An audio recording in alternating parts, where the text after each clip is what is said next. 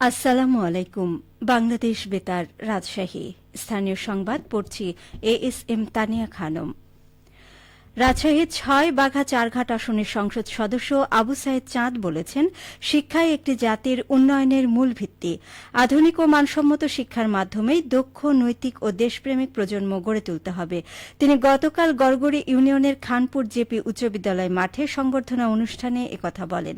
তিনি আরও বলেন, প্রধানমন্ত্রী তারেক রহমান শিক্ষাকে সর্বোচ্চ গুরুত্ব দিয়ে মেধাবী শিক্ষার্থীদের জন্য নানা উদ্যোগ গ্রহণ করেছেন। জ্ঞান, দক্ষতা ও মানবিক মূল্যবোধে সমৃদ্ধ শিক্ষার্থীরা আগামীর সমৃদ্ধ বাংলাদেশ বিনির্মাণে অগ্রণী ভূমিকা রাখবে।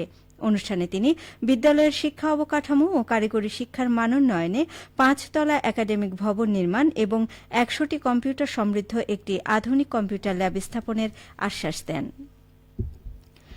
সিরাজগঞ্জের উল্লাপাড়ায় উপজেলা আইনশৃঙ্খলা কমিটির মাসিক সভা অনুষ্ঠিত হয়েছে।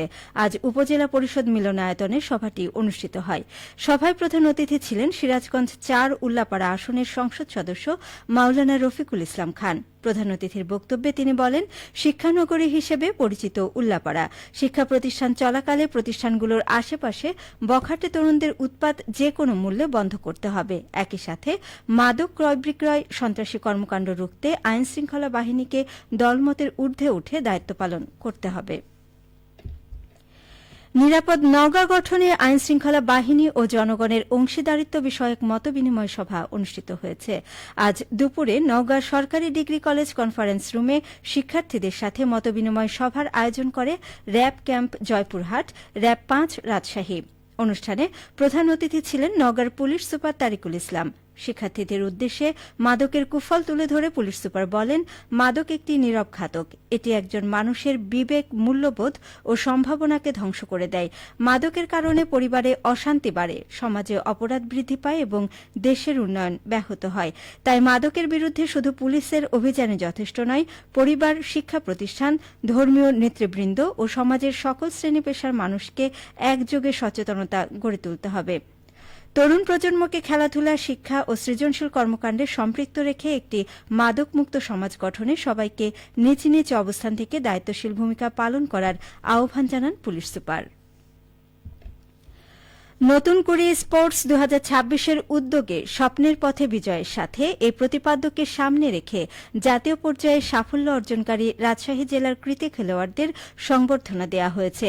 আজ রাজশাহী মুক্তিযুদ্ধ স্মৃতি স্টেডিয়ামে আয়োজিত অনুষ্ঠানে জেলা প্রশাসক কাজী শহীদুল ইসলাম প্রধান অতিথি হিসেবে খেলোয়াড়দের এই সংবর্ধনা প্রদান করেন। অনুষ্ঠানে বক্তারা বলেন, বর্তমান প্রজন্মকে মাদক ও সামাজিক অবক্ষয় থেকে দূরে রাখতে খেলাধুলার কোনো বিকল্প নেই। ক্রীড়াবিদদের সাফল্য শুধু ব্যক্তিগত অর্জন নয়, বরং রাজশাহী জেলার গর্ব।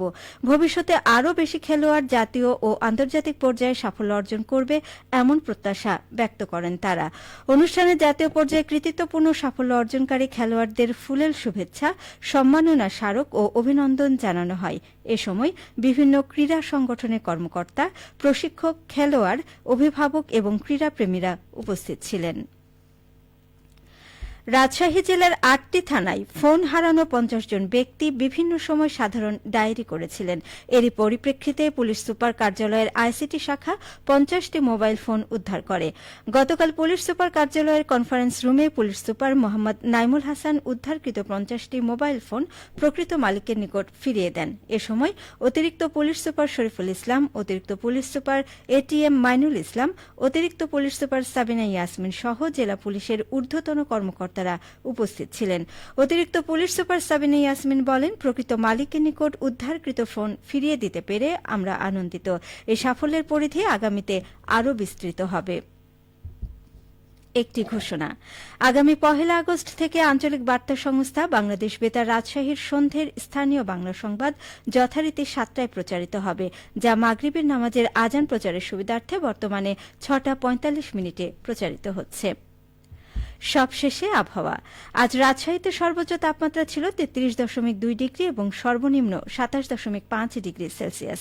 বিকেল ৩টায় বাতাসে আপেক্ষিক আর্দ্রতার পরিমাণ ছিল ৬৭%। রাজশাহী ও পার্শ্ববর্তী এলাকায় আজ সূর্যাস্ত সন্ধ্যে ৬টা ৫১ মিনিটে। সংবাদ শেষ হল। আমাদের পরবর্তী স্থানীয় ইংরেজি সংবাদ সন্ধ্যে ৬টা ৫ মিনিটে।